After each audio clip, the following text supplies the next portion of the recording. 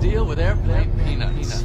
In today's new age of comedians operating more independently than ever before, the process of writing, funding, producing, and distributing stand-up specials is a double-edged sword that for many has started to turn the once simple job of comedian from a person who tells jokes on stage into someone that is forced to wear many other hats in order to keep up. And with the unpredictable nature of YouTube's restrictions being extra prevalent in the world of comedy, truly going all in on a self-produced project is a risky maneuver. But here to talk more about that entire journey, as well as other topics like going on the road with young Bobby Lee and comparing the comedy Mothership to the Comedy Store, is the one and only Fahim Anwar. Fahim, thank you so much for joining us today. Your new special is out right now on YouTube, House Money, and it was filmed at Zany's in Nashville. Your previous special was shot at all 3 rooms of the Comedy Store. Once a comedian decides it's time for a new special, what are those key factors that goes into choosing where exactly to film? Obviously, you want to have good shows because you want to capture what the hour has been doing on the road. You just want to do it justice. You want to pick a market that is a good comedy market. People come out, there's a culture of comedy,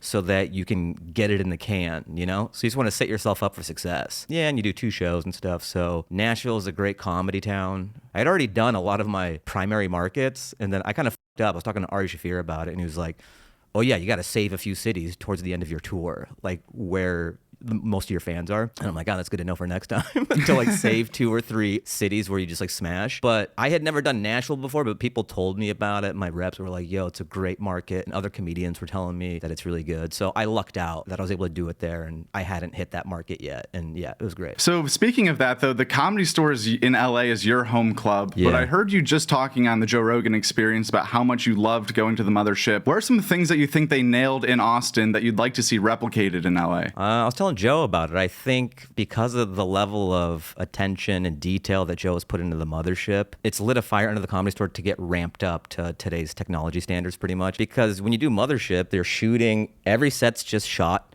in 8K. The room is mic'd. You can get a mix of the entire thing. It's built for today's stand-up comedian. Yeah. Because logging your performance is part of the gig now. You know what I mean? Yeah, that's true. We're in a clip economy. So if you had a monster set or some magical thing happen with an audience member, it's so great just to go to the sound guy and go, hey, can you send that to me? And then in high def, it's just there and you can chop it up. And the Comedy Store is not there yet. They're starting to. They're in the process of trying to equip it with cameras. So that was one thing the Mothership was very early and sophisticated in doing that I think now some of the legacy places are playing catch up. Yeah, and especially for, you know, the famous clubs like the Cellar, the Store, the Mothership, I feel like people want to see clips with those backgrounds because they're like, oh, I know that that's like one of the elite places. Or maybe it's just like real comedy nerds are thinking that, but it's almost better to have it at the Store than, you know, at a random club too, because they recognize like that's at the Store. That's pretty cool. That's why I did Hat Trick at the Comedy Store, because I felt like I was playing catch up with my career, like artistically and amongst my peers, they knew who I was because they're all stand-ups. But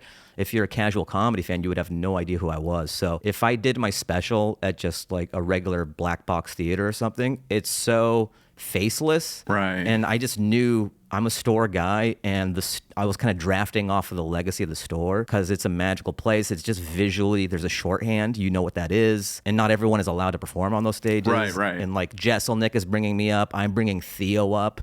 So it was kind of a way to mentally shortcut, like, oh, these are my coworkers, you know? Like, how did I not know about this guy? Like, all my favorite comedians are in the same, like, they're all just pals. So there's something to having that recognizable bones of a building. And, yeah, 100%. And familiar faces. Well, another LA and Austin type of question. You actually had an apartment in Austin during the early Wild West days when it was one of the only places putting on full capacity shows. You're in Austin right now, but ultimately in the end, what made you decide to go back and still be in LA full time? So I moved out here because everything was really shut down during COVID. I love stand-up and you couldn't do it out there. And I had this writing job for this sitcom. It was over Zoom. And I remember we were on one of our lunch breaks. Life just kind of sucked because I would write all day and then I'm just trapped in my house and I miss doing stand-up. And I saw Hinchcliffe post, and I've known Hinchcliffe forever since the Store, you know? And so I just see on his Instagram, like, sold out Antons. And it was just so weird. It was like this bizarro universe where like life is still happening. And I'm like, whoa, they're doing a sold out show in Austin and like everything is so shut down here. And then I got my wheels turning. Then I hit up Red Band. I'm like, what's it like out there? Blah, blah, blah. He's like, it's great. So then I asked the EPs of the show, I go, since it's on Zoom, can I just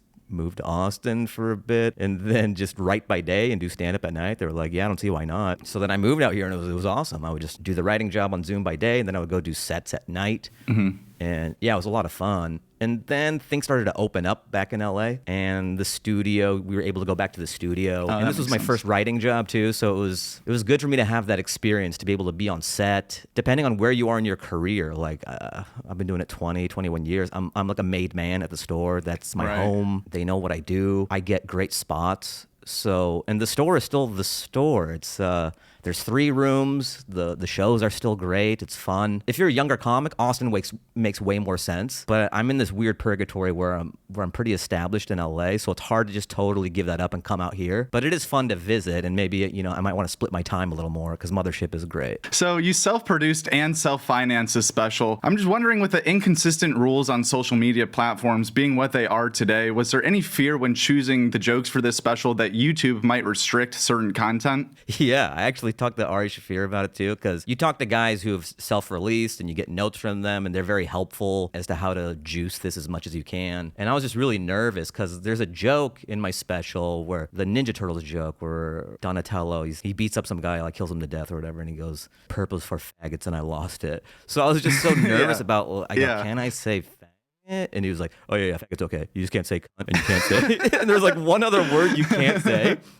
Like, he knew the exact words that are the hilarious. third rail. Yeah, he's like, "You're safe." He's like, "I screamed faggot in mine," and it was fine. So, like, I'm not going out of my way to touch these third rails or whatever, but you are aware on social media, because social media is this great platform to reach a lot of people, but they can turn the faucet off over one little thing, and it's not even a human, it's machine learning, and then you're so you goes, the juice worth the squeeze? Yeah. Should I take it out? Yeah, because I know that Joe List got his special age restricted after like a few days, and it completely killed it dead in the water. Sucks, and it's man. like, what do you do if that happens? And then I heard you talking about your Instagram getting shadow banned for a little bit, and it's like, wow, you're putting all that work into a special, and you don't even have like the backing of the platform to be like, we'll definitely let people see this. Like, that's got to be terrifying. Yeah. So you just have to, I don't know, pray a little bit, do your due diligence, ask around, ask people who've put specials out before. Maybe you have a contact at YouTube and you ask them, hey, will this flag it? And then also you'll upload the special 10 days prior. Just give it some lead time so that YouTube can do all its checks on it. Oh yeah, that's a good idea too, yeah. So that if it gets flagged, then you can contest it and you have enough time. Because that would suck if you upload the thing a day before and then it does it while it's already live, and then you're fucked. Like, you don't even have time to scramble. Well, speaking of the special, it seems very loose and fun, like you're like super in the moment.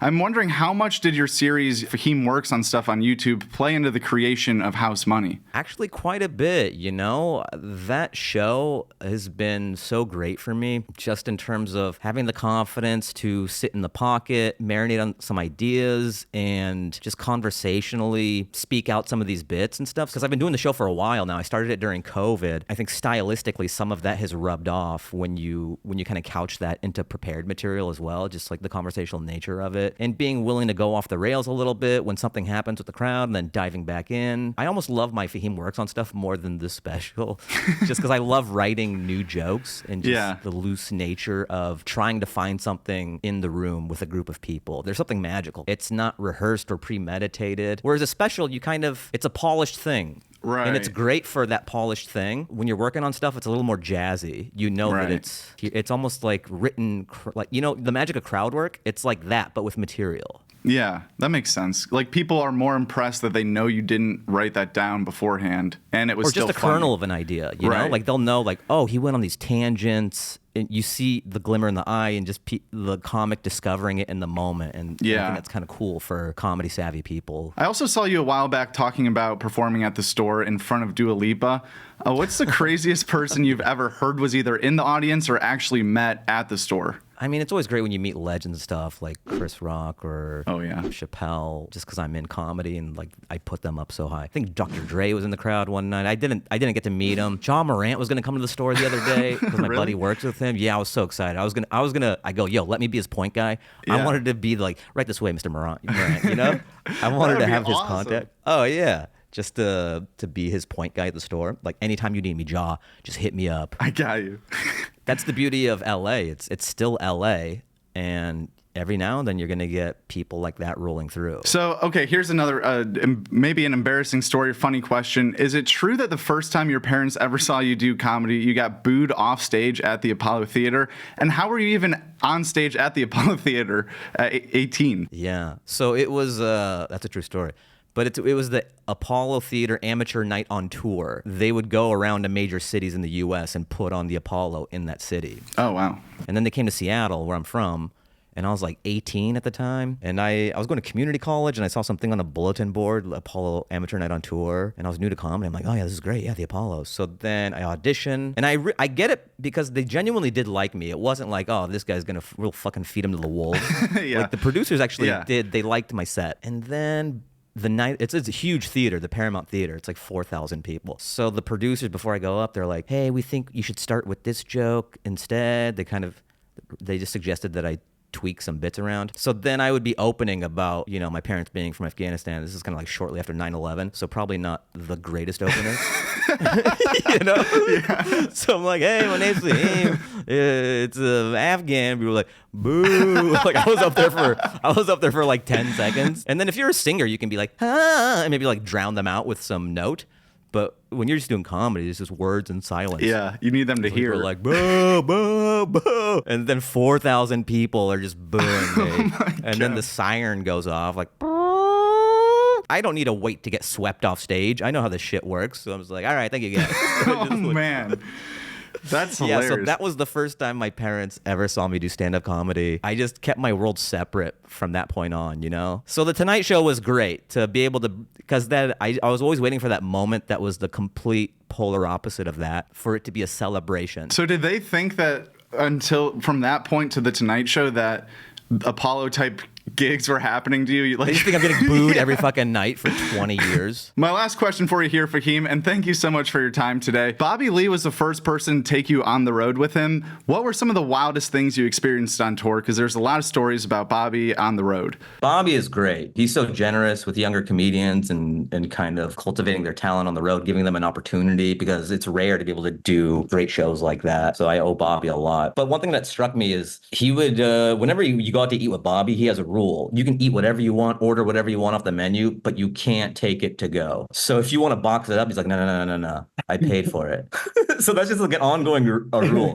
And it's funny to see younger comics just sort of like discover that rule in the moment, because it's kind of a weird rule. I think it's to teach them a lesson, just to don't order so much food, just order what you can eat. Yeah.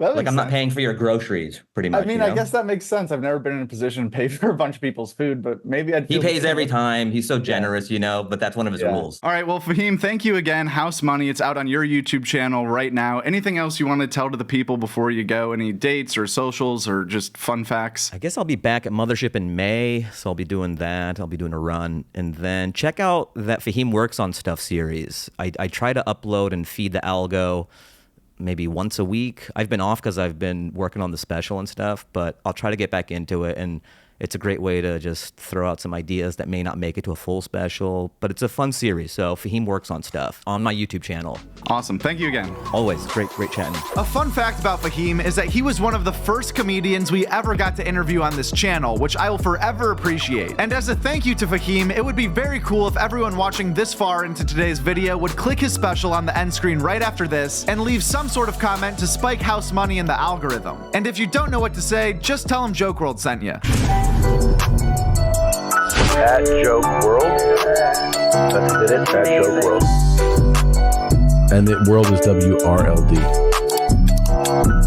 That's a great YouTube channel, Joke World. Check it out.